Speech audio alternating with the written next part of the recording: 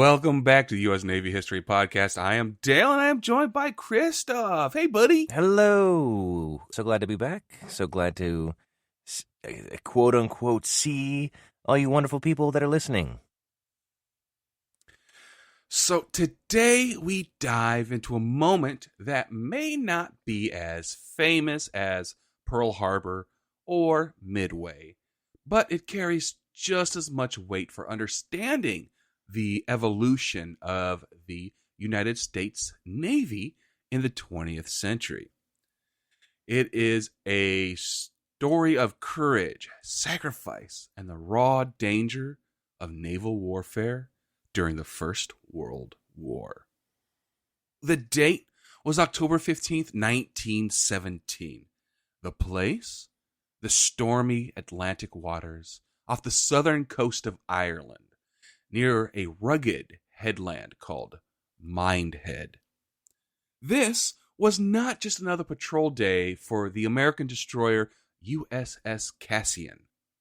It was the day the ship, her crew, and one sailor in particular would be thrust into the crucible of combat against one of the deadliest threats of the Great War, the German U-boat.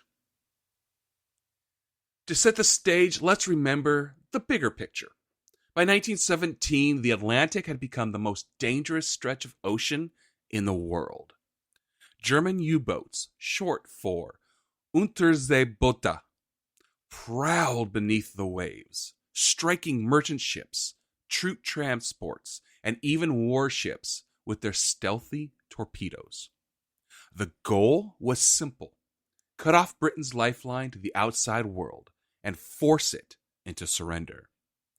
But by spring of that year, the United States had entered the war, in part because of Germany's unrestricted submarine campaign. American destroyers were now sailing from ports like Queenstown, Ireland, to escort convoys, hunt submarines, and protect vital supply routes. These were dangerous waters. Every sighting, every sound could mean the presence of a U-boat lurking just beneath the surface.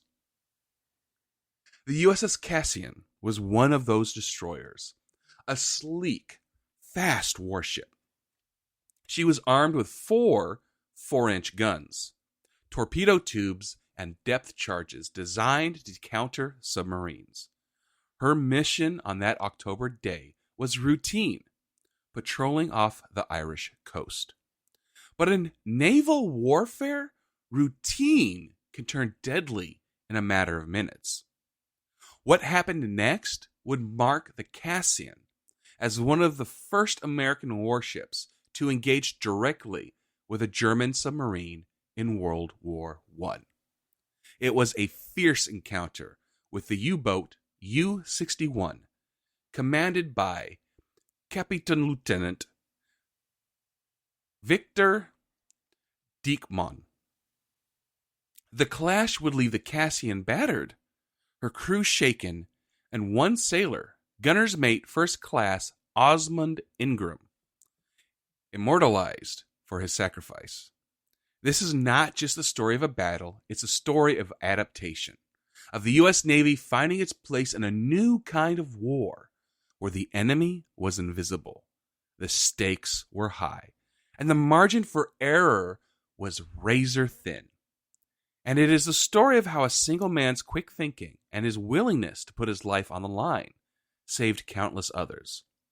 So join me as we step back into that October afternoon in 1917. The Atlantic swells were rolling. The horizon looked deceptively calm.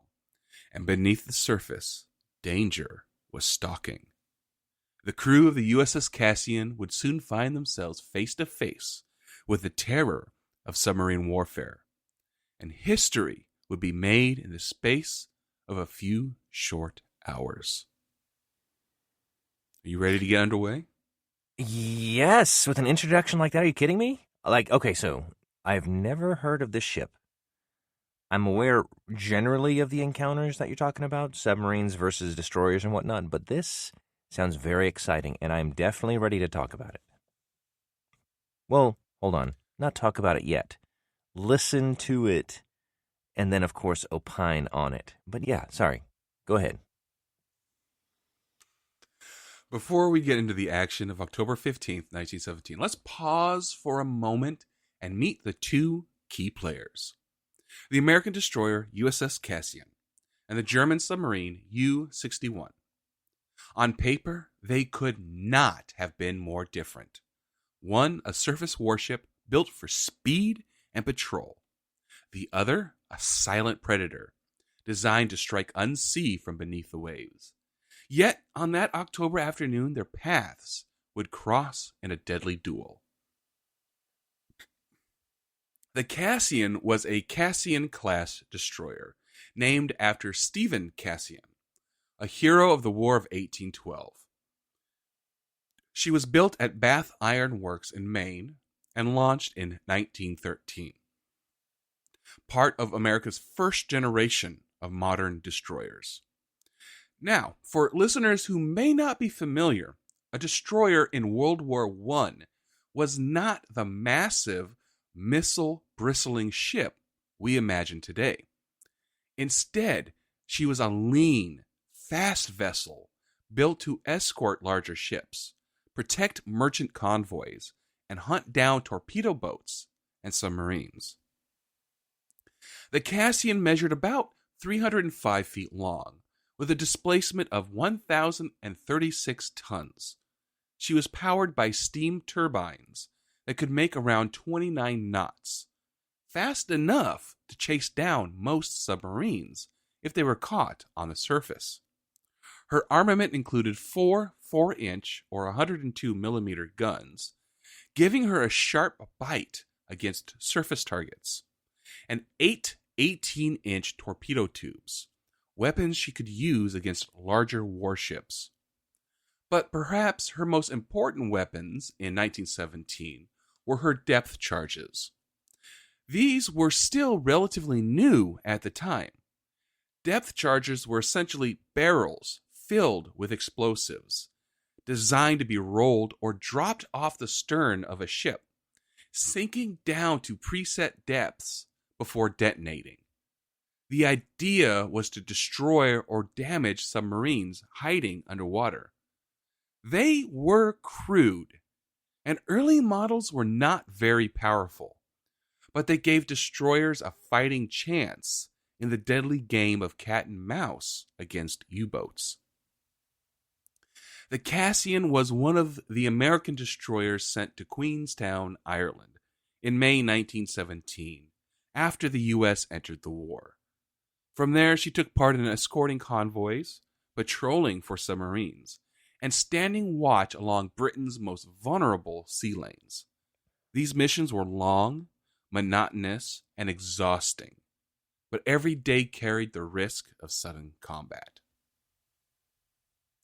On the other side of this story was SMU-61, a German-type U-57 class submarine. She had been launched in 1916 and quickly put to work in Germany's campaign of unrestricted submarine warfare. By October 1917, U-61 was a seasoned predator. Commanded by Captain Lieutenant Victor Diekmann, she had already completed several successful patrols. Like most U-boats of the era, she was relatively small, about 213 feet long, displacing 800 tons surfaced and over 950 tons submerged. Her crew numbered around 35 men who lived in cramped, humid, and often foul conditions for weeks at a time.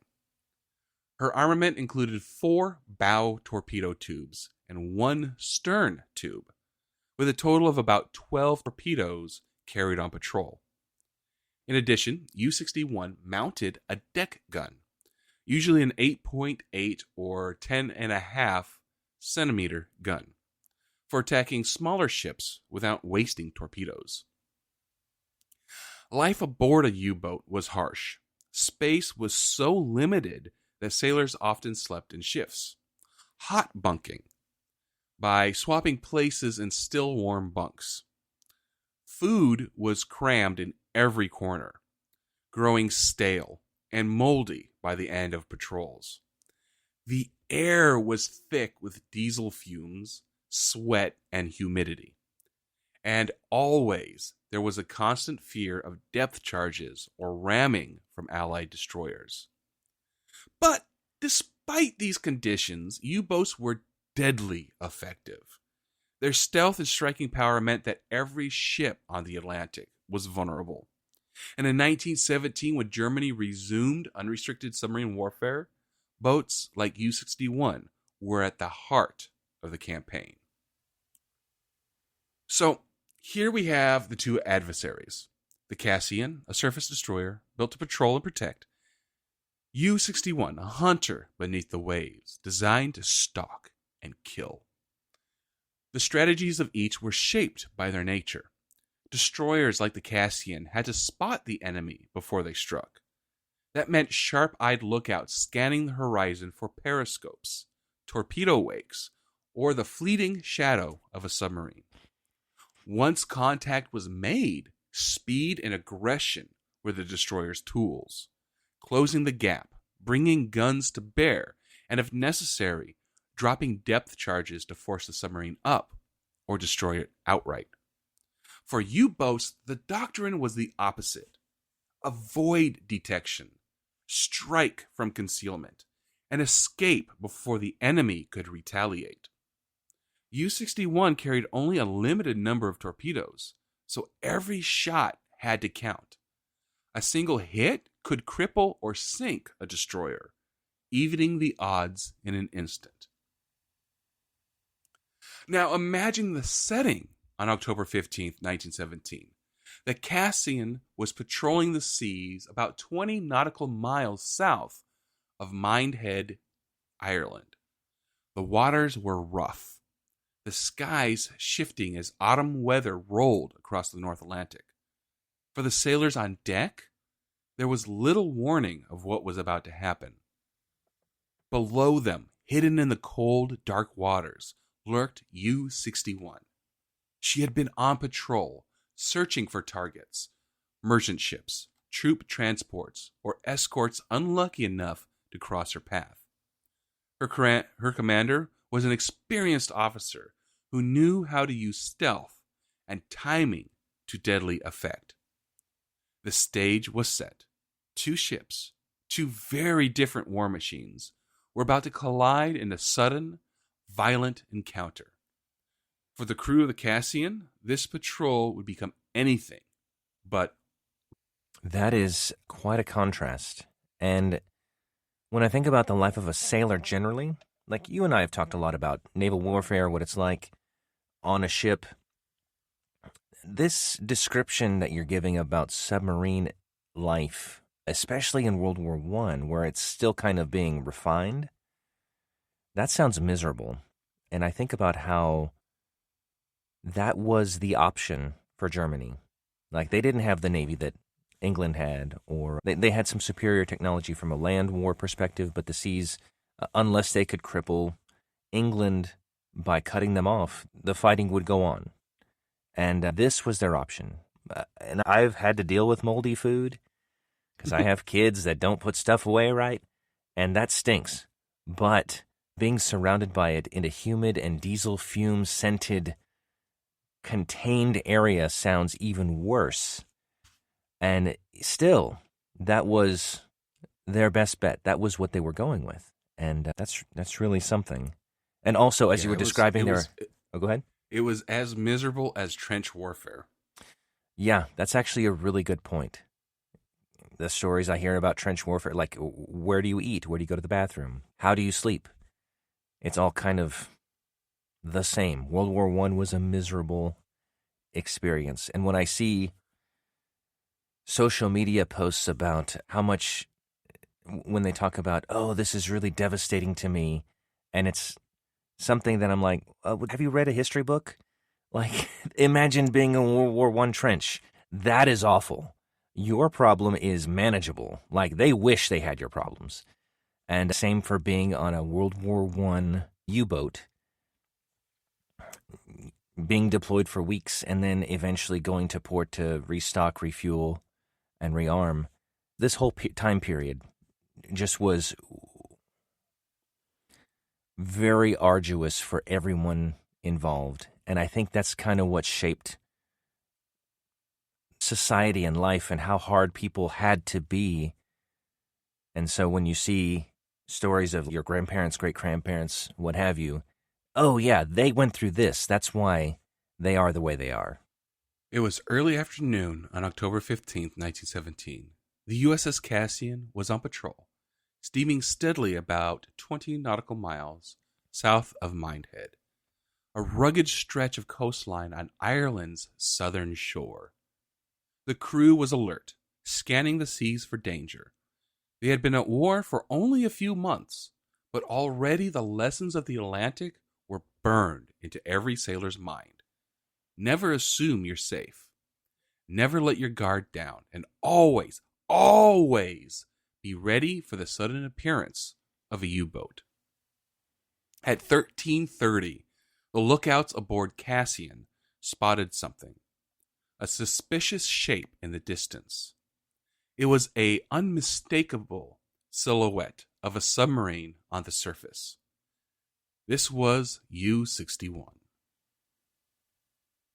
The moment the submarine was sighted, Cassian gave chase. Her engines roared as she turned towards the contact, closing the distance. The destroyer's speed was her greatest weapon. At nearly 30 knots, she could outrun most U-boats on the surface. But Diekman was no fool. The instant he realized he had been seen, he ordered U-61 to dive.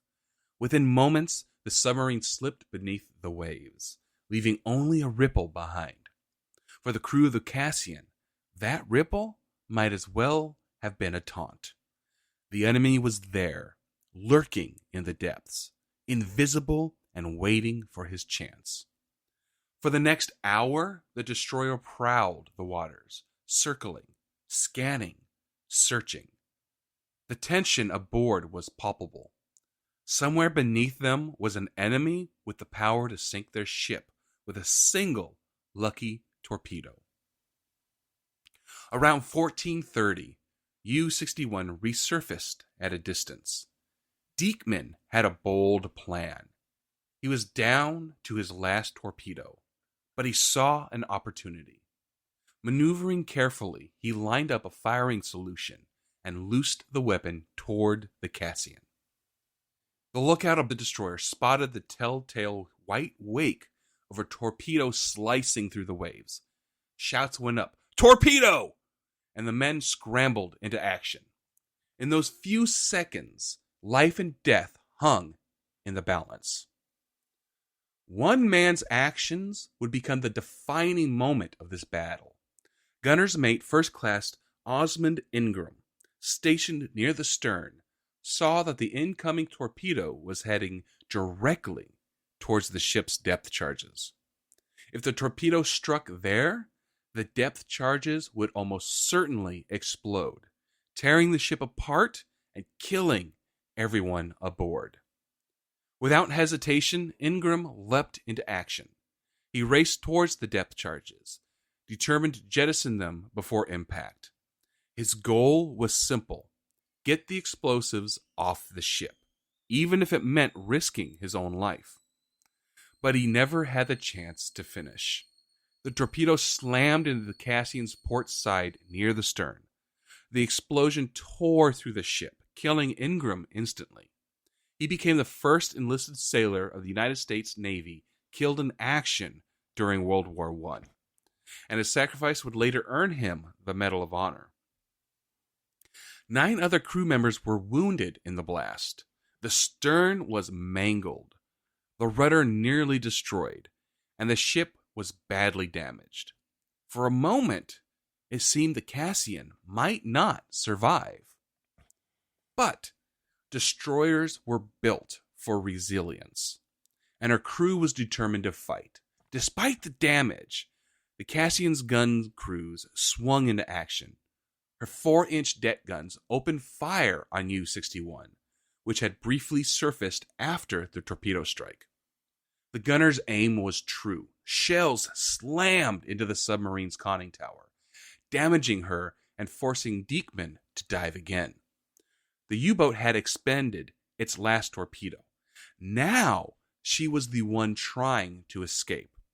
The hunter had become the hunted. For the crew of the Cassian, the adrenaline was overwhelming. They had been hit hard, but they had hit back. They could not sink U-61, but they had driven her off, bloodied and damaged. Still, the fight was far from over. The Cassian was crippled. Her stern was torn open, and she was taking on water. With her rudder destroyed, she was difficult to steer. Yet the crew immediately set to work. Damage control parties shored up bulkheads, pumped out flooding compartments, and fought to keep the ship afloat. They were not alone for long. The distress call had gone out, and nearby ships responded. The American destroyer USS Porter rushed to the scene, along with the British sloops HMS Jessamine and HMS Tamarisk. Together they stood watch, ready to defend the wounded Cassian from further attack. As night fell, the little flotilla held position.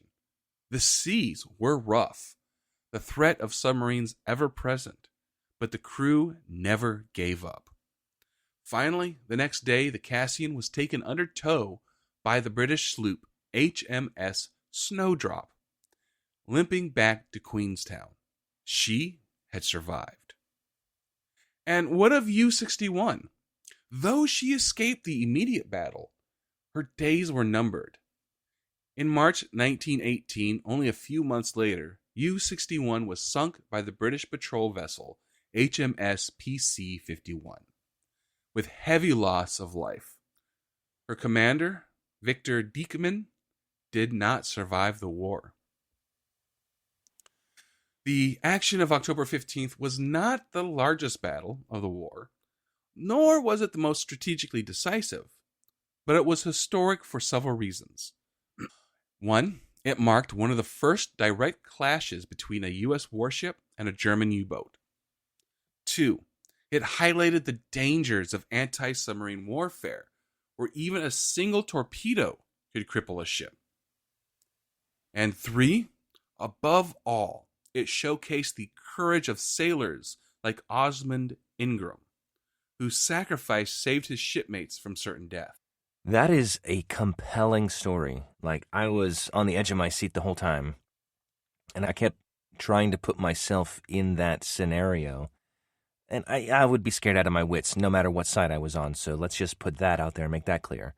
I did have a couple questions, though, and I think your naval experience will help expand on this. So, when the U-boat surfaced after it fired its last torpedo, is that part of protocol, or why would they be moved to do that? To see the damage? I really don't know. It could be for a number of reasons. Okay. I mean, they had just spent quite over an hour under the water, and they surfaced to fire their torpedo. They could have been low on air in their air tanks and had to resurface to try to replenish the air. Okay. Could be to get a better view of the damage that the explosion caused, thinking that maybe they could finish the destroyer off with their deck gun it had not been critically damaged to the point where it would sink. That makes a lot of sense. Because when you said it... there could be a number of reasons why. You mentioned it was their last torpedo, so to me, it's like, hey, we're out of torpedoes, so we need to be extra cautious, so we're not going to surface. But firing a torpedo, I'm assuming, can only be done at a certain depth, maybe? Like, you can't do it so too deep, and you can do it when surfaced, but do you have to be surfaced? Because that seems to defeat the point of the stealth. I just keep going back to the entire strategy of the submarine was to strike from the shadows. And so exposing yourself at all seems extremely risky. And of course, they paid for it because they were fired upon. But I don't, there's some parts of this I don't understand. And of course, we may not, just because we were not German U-boat commanders from World War I. But I was just curious. I'm impressed that this was the first naval conflict that the Americans were involved with since joining the war, that they had the wherewithal to do the things once stuff started happening. So evacuating the explosives, doing the damage control, just making sure everything is happening that needs to be happening. And we've had conversations in the past where you have discussed what training is like and how it's a daily thing, and it just becomes muscle memory to a degree. And that's what happened here, it sounds like. And I'm always impressed by that. Well, I don't know for sure whether they had to surface to fire it. It could be with how new they were. They had not developed the technology enough to be able to to fire accurately while submerged. Mm-hmm. Weather conditions might also have played a effect with it. That's a good point. I remember reviewing the progress of torpedo technology in one of our earlier episodes. This is kind of the meeting of various technologies when things become possible. And so submarines become advanced enough and torpedoes become advanced enough that this becomes a lethal weapon in the arsenal of the Germans. The guns had fallen silent, but the crew of the USS Cassian was left to deal with the wreckage of the battle. The torpedo from U-61 had nearly torn the stern off the destroyer. Smoked, twisted steel and the acrid smell of explosives filled the air. Men staggered across the deck, dazed, wounded, but alive. The ship was battered, yet still afloat. And in the chaos of the first moments, one name began to rise above the rest. Osmond Kelly Ingram. Ingram's act had been seen by many aboard. He had spotted the incoming torpedo, realized that the depth charges stored on deck would amplify the explosion, and raced to jettison them. He knew full well what it meant. He was running directly towards danger, towards the very point where the torpedo would strike. He did not make it. The explosion ripped through the stern, killing him instantly. For his shipmates, the shock was profound. Ingram was just 29 years old, a gunner's mate from Pratt City, Alabama. He was described as a cheerful, hard-working sailor devoted to his ship and his comrades. To see him giving his life in such a selfless act left an indelible mark on the men of the Cassian. The torpedo blast also wounded 9 other sailors, some badly. The deck was littered with debris. Compartments below flooded with seawater. The stern was so mangled that the rudder could barely function, yet making the ship sluggish and hard to maneuver. Yet amid this chaos, discipline held. The crew fell into the damage control party routines, plugging leaks, fighting flooding, and tending to the wounded. It was a testament to their training and to their determination not to let the Cassian go down. For hours they kept at it, holding the ship together while waiting for help to arrive. Their resolve kept the Cassian alive long enough to be towed to safety. By late afternoon, reinforcements reached the scene. The American destroyer USS Porter arrived first, followed by the British sloops HMS Jasmine and HMS Tamarisk. These ships stood guard through the night, protecting the crippled Cassian from further attack. The next day, the British sloop HMS Snowdrop took the wounded destroyer under tow, slowly bringing her back to Queenstown. It was a dangerous journey. Any submarine in the area would have loved to finish off the American destroyer. But luck and determination held, and the Cassian reached port alive. In the weeks that followed, the story of Osmond Ingram spread quickly through the Navy and beyond.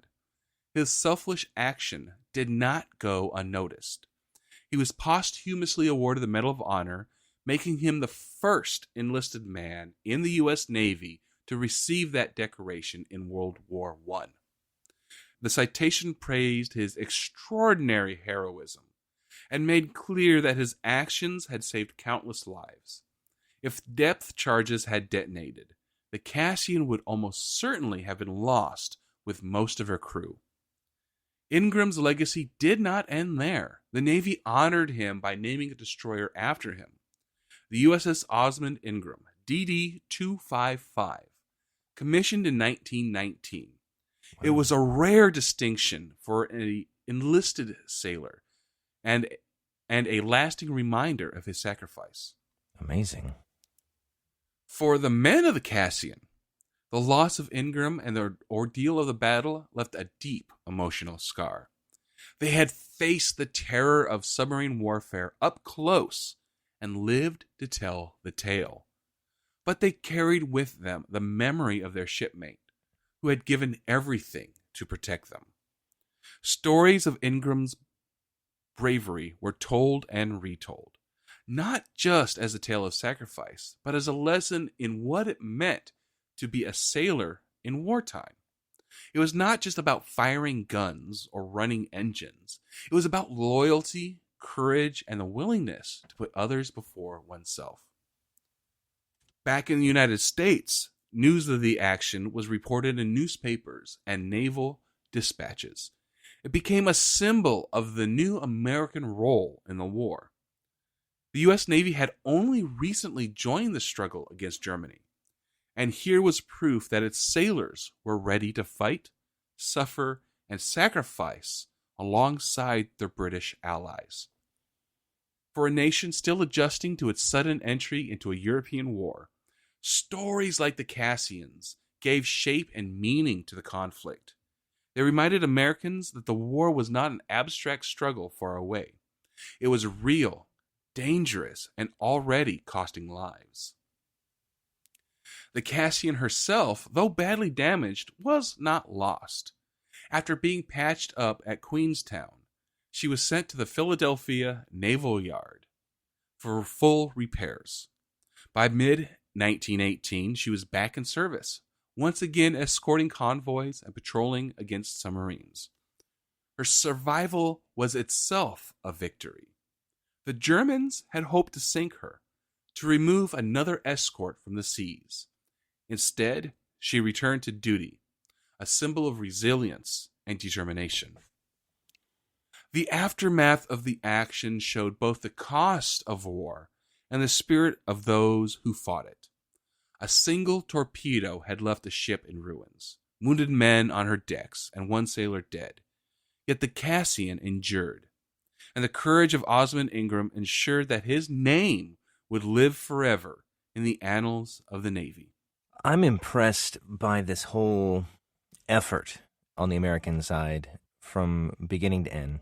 Not only Osmond's sacrifice, but how his crewmates pulled together to save that ship. And then when you were describing how it went to, was it Philadelphia for repairs? Yeah. Repairing a ship with a huge hole in the stern has got to be a non-trivial matter.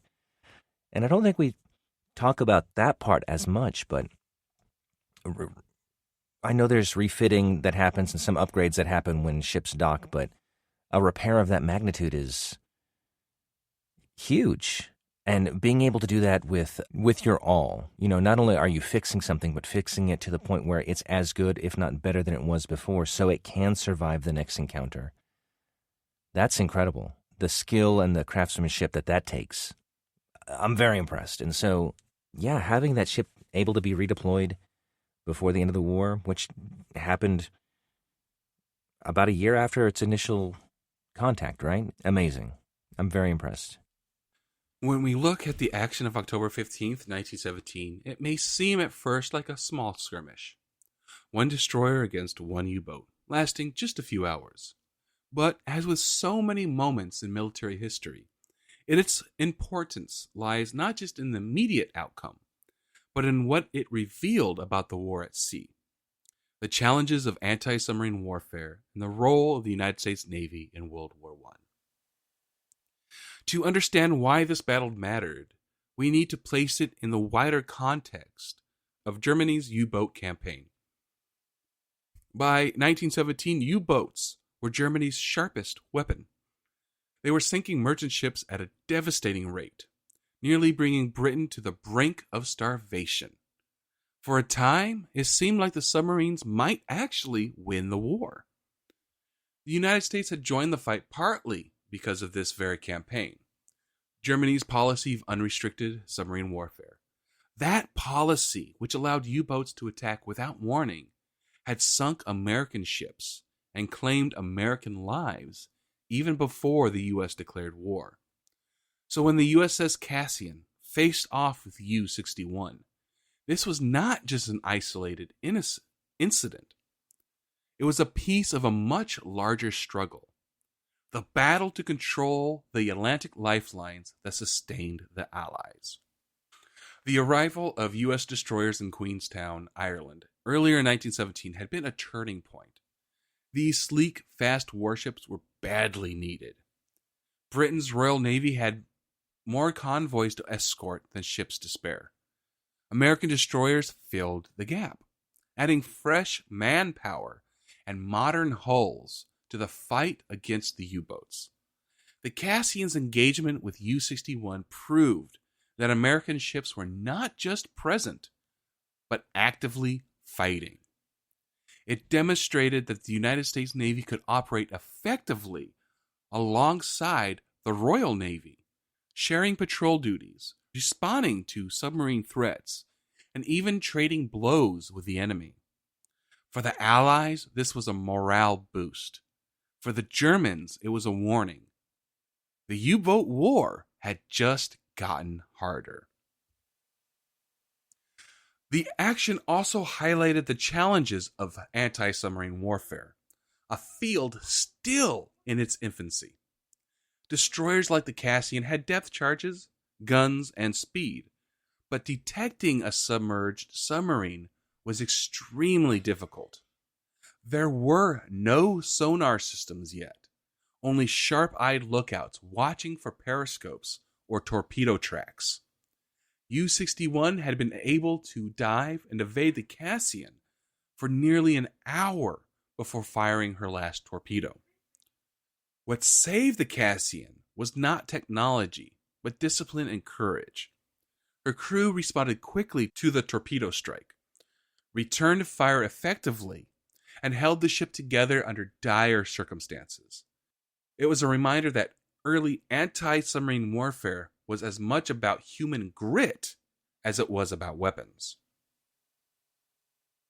Perhaps the greatest significance lay in the story of Osmond Ingram. His selfless sacrifice gave the battle a meaning that went far beyond tactics. Here was an enlisted sailor who saw danger coming and acted instinctively to save his shipmates.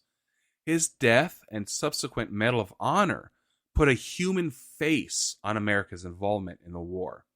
It showed that U.S. sailors were willing to give their lives in the struggle against Germany. And it provided a story of heroism that resonated both in the Navy and back home. Navies thrive on traditions of courage, duty, and sacrifice. Ingram's story became part of that tradition, a rallying point for others who faced the daily dangers of the Atlantic. For Germany, the encounter with Cassian was another sign of the mounting risks for their submarines faced. By late 1917, U-boats were being hunted more aggressively. Convoys, destroyers, and patrol craft were making it harder and harder for them to operate freely. Diekman's U-61 had managed to cripple a destroyer, but he had been forced to retreat under fire. Worse, he had expended his last torpedo and damaged his own boat in the process. In strategic terms, it was not a victory. It was a reminder that every attack carried growing risks for the U-boats themselves. So why does this relatively small clash matter in the broader sweep of history? It marked one of the first direct tests of American naval power against Germany in World War I. It illustrated the importance of destroyers and escorts in the Atlantic struggle. It showed that U-boats, while deadly, were not invincible, and that Allied cooperation was beginning to turn the tide. And above all, it highlighted the human cost and courage that underpinned every battle at sea. The action off Minehead was not decisive on its own, but it was part of a larger mosaic of encounters that shaped the outcome of the U-boat campaign. Piece by piece, battle by battle, the Allies learned how to fight submarines, how to protect convoys, and how to endure. The action of 15 October 1917 may have just been one battle among many, but its significance lies in what it symbolized. The United States stepping firmly into the fight. The resilience of Allied sailors and the beginning of a naval learning curve that would carry forward into future wars. What a great testament, opening salvo, no pun intended, of the demonstration of what the turning point was in this war. Britain was stretched to the limit. And then when America entered the war, they were able to have some margin, really turn the tide. And I think about the American destroyers and how they had technologies to counter U-boats. And no doubt they were observing from the beginning what the British were dealing with.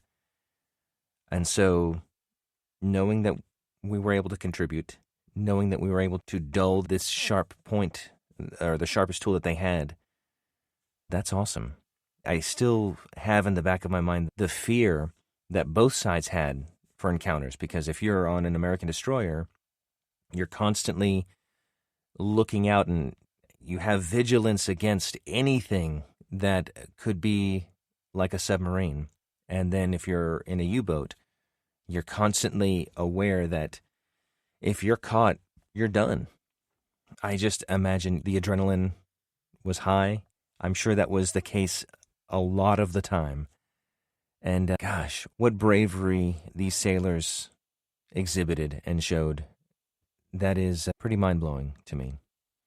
And yeah, I think this is a great opening introduction as to what happened from American involvement into this conflict and what they had to deal with and how they dealt with it. Every battle leaves behind more than wreckage. It leaves behind stories. Stories that sailors tell, that families remember, and that navies preserve. The action of October 15th, 1917 was not just a skirmish at sea. It was an event that carved its way into U.S. Navy history, largely because of one man's sacrifice and the resilience of his crew. Osmond Kelly, Ingram's name became synonymous with courage. His Medal of Honor made him, as stated before, the first enlisted U.S. Navy sailor to receive the award in World War I. His story was told far and wide. Newspapers praised his heroism, and within the Navy he became a model of duty and selflessness. In 1919, the Navy went a step further, commissioning the USS Osmond Ingram DD-255. Naming a destroyer after an enlisted man was rare. It was a distinction usually reserved for admirals or great naval leaders. But in honoring Ingram, the Navy was making a statement. Heroism was not about rank, but about action. The ship served through the interwar years and into World War II, carrying his name into another global conflict. Every sailor who served aboard her was reminded daily of the sacrifice of the man for whom their ship was named. The Cassian herself also carried a legacy. She returned to service after her repairs, and in doing so symbolized the resilience of both the ship and her crew. Many thought she would sink after the torpedo strike, but she endured. Her survival was a reminder that in war, persistence can matter as much as firepower. Ships could be rebuilt. Damage could be repaired. But what could never be replaced was the determination of the sailors who kept her afloat in those critical hours. In the years after the war, the Navy often looked back on episodes like the Cassian's fight as examples of grit in the face of an adversary. Naval academies, training schools, and shipboard lectures all retold stories like Ingram's, not just as history lessons, but as moral anchors. What does it mean to be a sailor in war? To stand watch in the cold, to respond instantly to danger, to protect your shipmates at all costs. The action of October 15th embodied all of those values. Legacies are not just about medals or ships named in someone's honor. They are about the inspiration that carries forward, shaping new generations of sailors. Osmond Ingram's name may belong to the past, but the spirit of his sacrifice is timeless. Yeah, I couldn't have said it any better than that. I did note it was rare that an enlisted man got a ship named after him in the U.S. Navy, but the reasons why and the message it sends and kind of the history that it preserves is telling. And I think when you're trying to foster a spirit within your branch of the military, the heroes you pick are important and the reasons are important. And I think the Navy did a really wonderful job with this decision. And you can see that as it has unfolded over 100 years. And it's important to know why you're fighting and be cautious in looking back, because you do have to kind of take things in the context in which you're examining. But at the same time, know that you have a prolonged history that is a through line in history. Like the U.S. Navy's been operating for a very long time, and it's been very consistent in how it does so. And that's noble. And I'm glad we get to tell some of these stories to help celebrate that. As we bring this episode to a close, let's step back and think about what the action of October 15th, 1917 really tells us. On the surface, it was a single clash, one destroyer against one submarine, a battle lasting only a few hours. But when we look deeper, we see that it was much more than that. The fight between USS Cassian and U-61 was just a thread in the vast tapestry of World War I. Thousands of ships were crossing the Atlantic. Hundreds of U-boats were prowling the seas. Entire nations were hanging on the fragile balance of supply lines. But in that moment, off the Irish coast, the global war had become deeply personal. It was no longer about strategy on maps or speeches in parliaments. It was about sailors on a deck, watching a torpedo streak towards them, making split-second decisions that meant the difference between survival and destruction. Osmond Ingram's story reminds us that history is shaped not only by generals and admirals, but by ordinary people who rise to extraordinary heights in moments of crisis. His Medal of Honor was not just recognition of his courage. It was a symbol of the kind of spirit that sustains armies and nations in war. When we remember Ingram, we're not just remembering one sailor. We're remembering every sailor who stood a lonely watch, who patched a flooding bulkhead, who fired a gun into the gray mist, not knowing if they would live to see the next sunrise. It's easy to think that only the great battles, Jutland, Gallipoli, truly matter.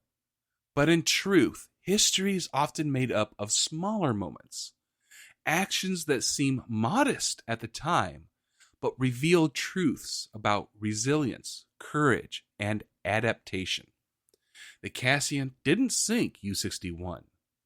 She didn't win the war with that engagement, but she endured, and her crew fought back, and her story became part of the momentum that ultimately wore down Germany's U-boat campaign.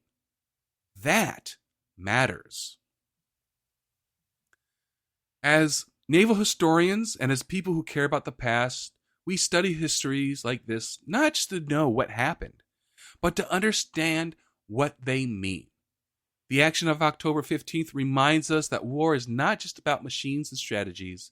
It is about people. People like Osmond Ingram.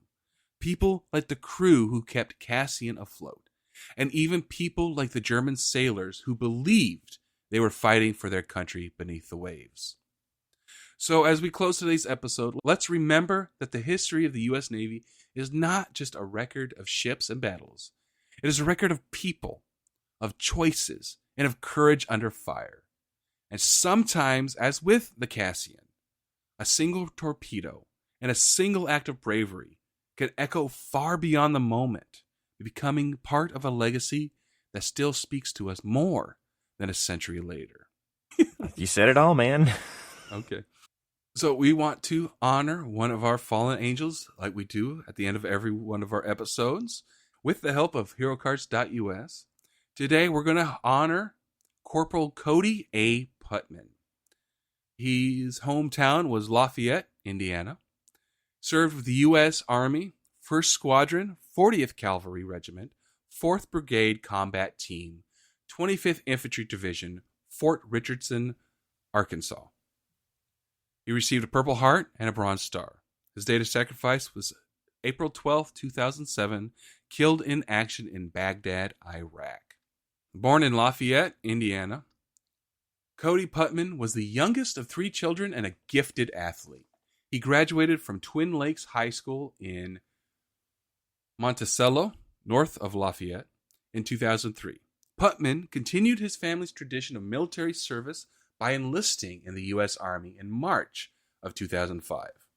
According to his parents, Cody saw the Army as an opportunity to serve his country and as an avenue to attend college. He went through basic training and advanced individual training at Fort Knox, Kentucky. Putnam then completed U.S. Army Airborne School at Fort Benning, Georgia. He was assigned to a permanent duty station at Fort Richardson, Alaska, with the 1st Squadron, 40th Cavalry Regiment, 4th Brigade Combat Team, 25th Infantry Division. Corporal Putman married his high school sweetheart, Molly, in September of 2006 at St. James Lutheran Church in Lafayette, where they were members. As part of Operation Iraqi Freedom, Corporal Putman was assigned to a forward operating base in Baghdad, Iraq. On April 12, 2007, just 6 months after his wedding, Putman had completed a night mission and returned to the base. A suicide bomber and a truck full of explosives headed towards the compound. While a lookout was able to kill the driver, the truck kept moving and was detonated remotely by the enemy. The lookout, 2 interpreters, and Corporal Putman were killed when the building they were in collapsed. He was 22 years old. 10 days earlier, Putman had been home on leave and enjoyed a brief Florida vacation with his wife and their young daughter. For his service to his country, Corporal Cody A. Putman was awarded the Bronze Star and the Purple Heart. So, Corporal Cody A. Putman, we thank you. Thank you. Take us out. All right. Listeners, thank you so much for joining us on this surprisingly insightful episode. I really enjoyed it. I hope you did too. If you ever want to get a hold of us, like I said, your relative was a German U-boat commander, and you can tell us all about why he surfaced after launching the torpedo. Reach out to us. You can email us at usnavyhistorypodcast@gmail.com. We're also on Twitter with the handle at USNHistoryPod. In the show notes, you can find a link to our Discord server, and you can join a Discord, and you have a more interactive conversation with us and other listeners. And, of course, it would be great if you told a friend or coworker or family member about us and got them listening. We see the numbers growing, and we know that's because a lot of you do that, and we really appreciate that. It means a lot that you care enough about what we're saying to share it with somebody else, so thank you. Don't forget to rate and review. That also helps us. It would be really boring without you. Like, it would just be me and Dale talking. I mean, that's okay, but the fact that you're there makes it so much better. So, thank you. And with that, we're going to wish you guys fair winds and following seas. Goodbye. Bye.